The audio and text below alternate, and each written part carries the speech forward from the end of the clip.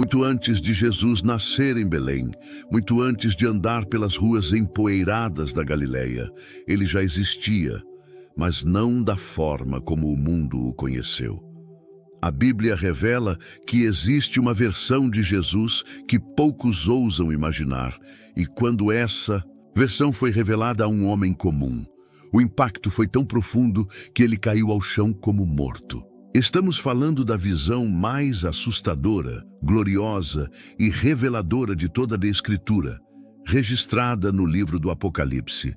Não é apenas uma visão de esperança, é um confronto direto com a divindade de Jesus em sua forma mais pura e eterna. João, o apóstolo que caminhou com Cristo, viu com os próprios olhos o verdadeiro Jesus. Aquele que antes comia com ele à beira do mar, agora se apresentava envolto em glória incomparável. E não havia mais nenhuma aparência humana comum ali. No capítulo 1 do livro de Apocalipse, João nos leva ao cenário onde tudo acontece.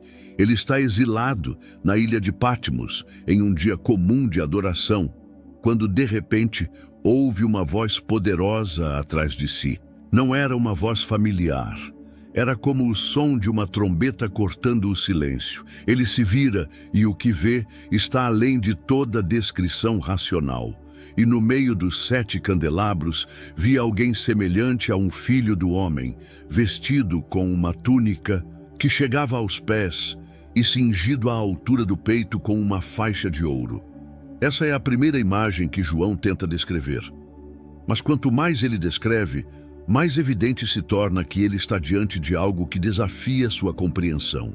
Os cabelos eram brancos como a lã, como a neve, os olhos como chama de fogo, os pés semelhantes ao bronze polido e sua voz como o som de muitas águas.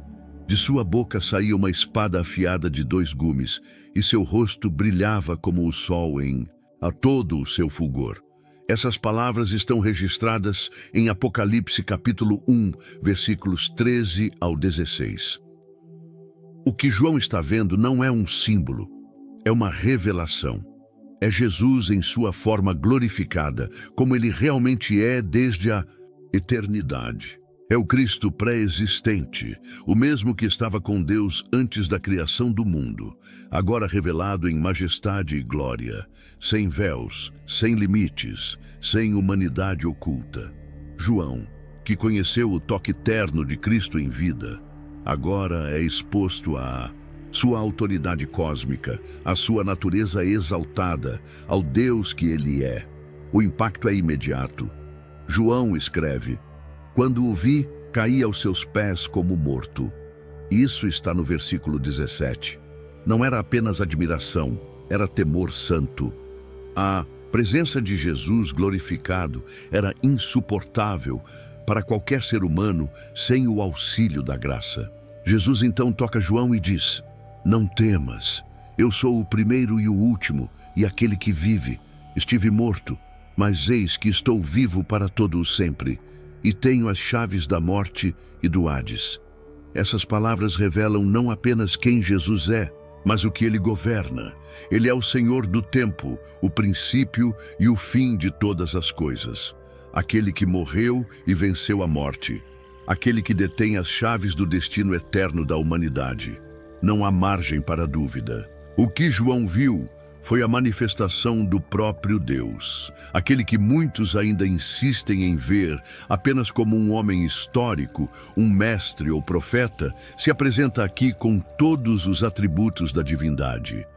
Essa cena não é uma ilustração simbólica ou uma metáfora profética. Ela é a apresentação oficial de Jesus como ele verdadeiramente é. Não mais o servo sofredor, mas o Rei glorioso.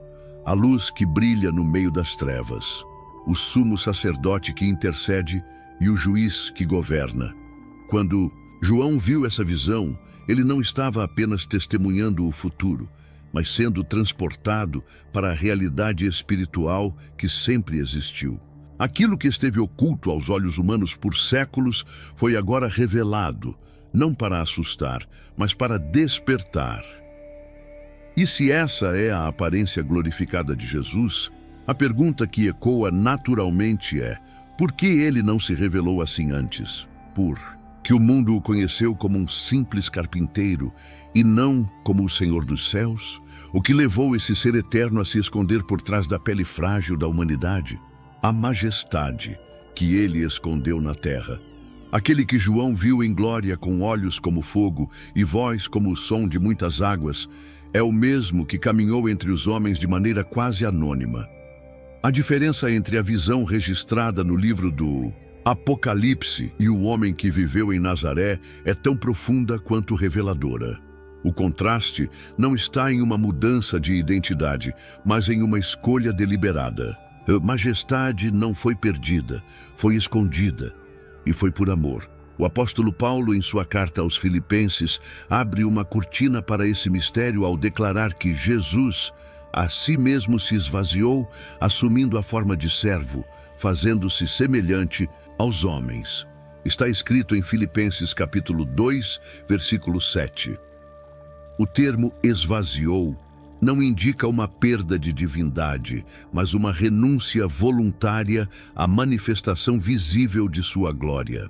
Jesus continuava sendo Deus em essência, mas decidiu não agir como tal, em aparência. Ele não deixou de ser o Alfa e o Ômega, o primeiro e o último.